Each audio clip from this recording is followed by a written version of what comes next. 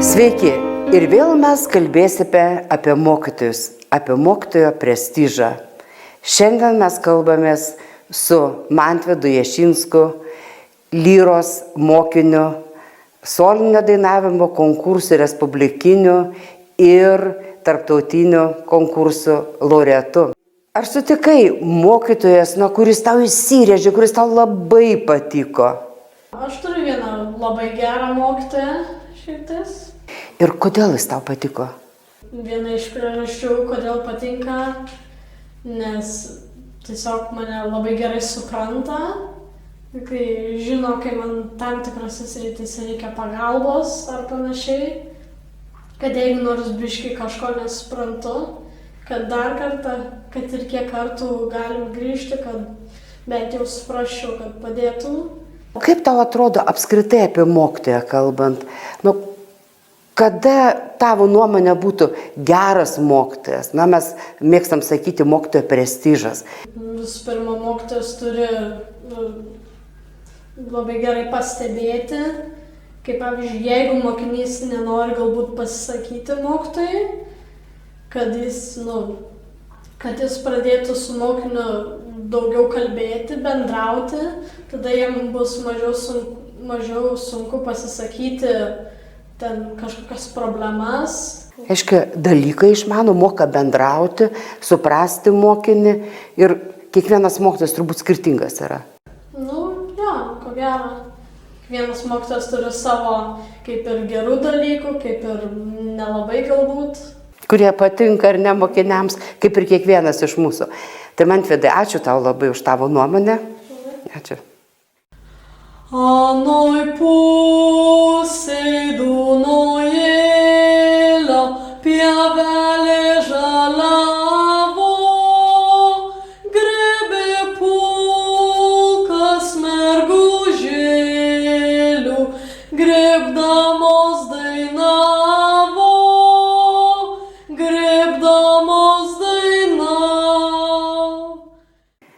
Dabar kalbamės su Vilniaus miesto Levo Karsavino mokyklos mokytoju Artūru Petraškevič.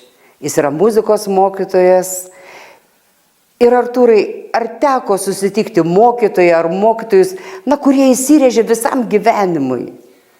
Taip, galiu pasakyti, kad be abejo sutikau tokių mokytojų ir vidurinėje mokykloje, ir muzikos mokykloje ypatingai. Ir Lietuvos muzikos ir teatro akademijų dėstytojų buvo tokių gerų. O kodėl pačiam atrodė, kad jie yra geri? Mokytojas apskritai yra viena sudėtingiausių profesijų ir svarbiausių profesijų gyvenime.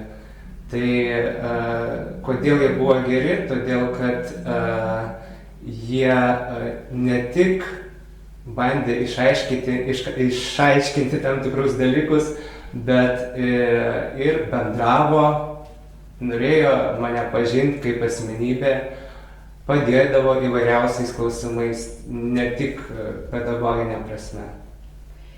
Kaip tau atrodo ta mokytojo prestižinė profesija? Realybė ar nerealybė? Ir nuo ko mokytojo prestižas priklauso? Sunku pasakyti, ar realybė iš tikrųjų, bet galiu pasakyti, kad tai yra prestižinė profesija. Tai yra autoritetinga profesija ir svarbi, kaip aš minėjau. O kodėl prestižinė? Nuo ko tas prestižas priklauso? Juk ne kiekvienas mokytojas turi prestižą, ar ne? Tai be abejo, ne kiekvienas mokytojas turi pagarbą. Matyt, tiesiog mokytojas turi mylėti savo darbą ir jausti tam pašaukimą, kad jį gerbtų. O kaip su bendravimu? Bendravimas yra svarbiausias dalykas. Iš tikrųjų, reikia mokinius pažinti visų pirma, su jais bendrauti, komunikuoti, bandyti suprasti.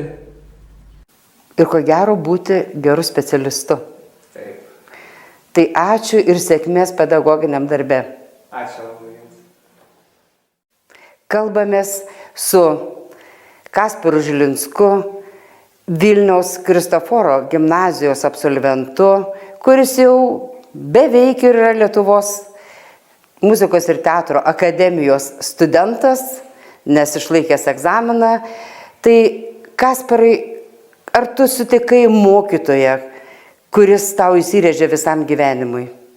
Sutikau ir netgi kelis, kurie visą laiką, jeigu kada nors kalbėsiu apie juos, tai tik gerų žodžių ir niekaip kitaip negalėčiau. O kodėl? Nes labai sudomino, pritraukė mane, supažindino su kažkuo plačiau negu tiesiog pavadinimas kažkokios pamokos, bet davė prasmę tai pamokai ir labai toks ryšys net su tuo dalyku atsirado, mokomuoju dalyku. O dabar tu esi absolventas ir gali peržvelgti savo mokyklinį gyvenimą. Kaip tau atrodo, nuo ko mokytojo prestižas priklauso? Labiausiai aš sakyčiau, kad nuo jo pačio savigarbos. O tu pats galvoji apie pedagoginį darbą ar tik tai apie solinį dainavimą? Aš nežinau, ar aš pasirengęs, ar aš sugebėsiu dominti mokinius taip, kaip mane sudomino. Nu tai baimės mesk šalin, išbandyk save ir gal būsi puikus pedagogas. Ir mokytojas tikrai taps tada prestižinė profesija. Ačiū tau labai, Kasparai, ir sėkmės. Ačiū. Šnekinu buvusių 3 mokinių mokytoją, tai Mantvido, Artūro ir Kasparo, Rolandą Eiduką, Lietuvos muzikos ir teatros akademijos docentą, Lyros mokyklos mokytoją ekspertą. Mielas Rolandai, jūs irgi dirbat pedagoginį darbą ir ilgokai jau dirbat pedagoginį darbą, bet turėjot ir savo mokytojus. Ar kas iš mokytojų jums taip įstrigo, kad iki šiol prisimenat jo pamokas? Tikrai prisimenant gana ilgą laikotarpį, turėjau puikių mokytojų vidurinėje mokykloje. Po to besimokydamas Vilniaus Juozo Tallat Kelpšos aukštesniojoje muzikos mokykloje. Ir galiausiai Lietuvos muzikos akademijoje, kuri šiuo metu vadinasi Lietuvos muzikos ir teatro akademija. Ir peržiūrėjus, kaip tarsi filmą atgal atsukus, į galvą ateina 5-6 mokytojų prisiminimai apie juos, jų veidai, jų žodžiai, kurie padėjo įveikti sunkumus, padėjo įsisavinti žinias, įgūdžius ir lėmė tai, kad visą laiką svajojau pats tapti pedagogu ir esu labai laimingas, kad taip susiklostė mano gyvenimas. Bet mes abudu pedagogai ir dabar, kodėl tik tai 5-6? Tai juk buvo labai daug mokytojų. Taip, tikrai buvo labai daug, bet galbūt kiti ištirpo atmintyje. Tiesiog matyti smegenys žmogaus taip veikia, kad jie neišsaugo tai, ko nesinori, o visada prisimenam tai, kas yra gera, tai, kas buvo tikrai reikšminga ir padarė tam tikrą įtaką.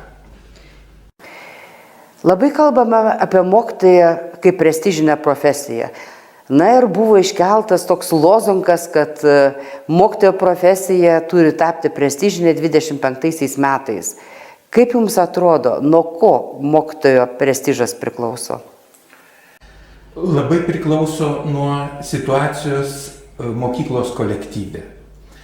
Dabar yra labai daug skirtingų kolektyvų, kuriuose yra tam tikra skirtinga ir atmosfera, kuri priklauso nuo direktoriaus, nuo administracijos, nuo tėvų, apskritai nuo bendruomenės. Mokytojas bendrauja ir ne tik su mokiniais, bet ir su jų tėvais, su administracija. Ir kokios pagalbos jis sulaukia iš administracijos, kaip jis gali pasiremti bendradarbiavimu su tėvais. Nuo to priklauso to mokytojo sėkmė toje mokykloje ir prestižas pačio mokytojo. Ir kaip jūs tikite, kad vis dėlto mokytojas taps prestižinę profesiją? Aš manau, kad turėtų tai būti, nes vis tik tai keičiasi situacija, ateina vis kitokie mokiniai, mokytojai turi mokytis visą gyvenimą, jiems turi padėti švietimo bendruomenės atstovai. Taigi tikėkime, kad mokytojas bus prestižinė profesija. Man ji visada buvo prestižinė, nes mokytojas yra autoritetas. Na, galbūt vienas kitas gyvenime ir pasitaiko, kuris įkrenta su kitais niuansais mūsų atsiminimuose, bet iš tiesų labai norėtųsi, kad mokytojai ir patys susimastytų, ir visuomenė susimastytų apie mokytojo prestižą ir keltų šitą prestižą. Bet be mokytojo autoriteto, be mokytojo pačio tikrai netaps mokytojas prestižinė profesija. Ačiū. Ačiū Jums.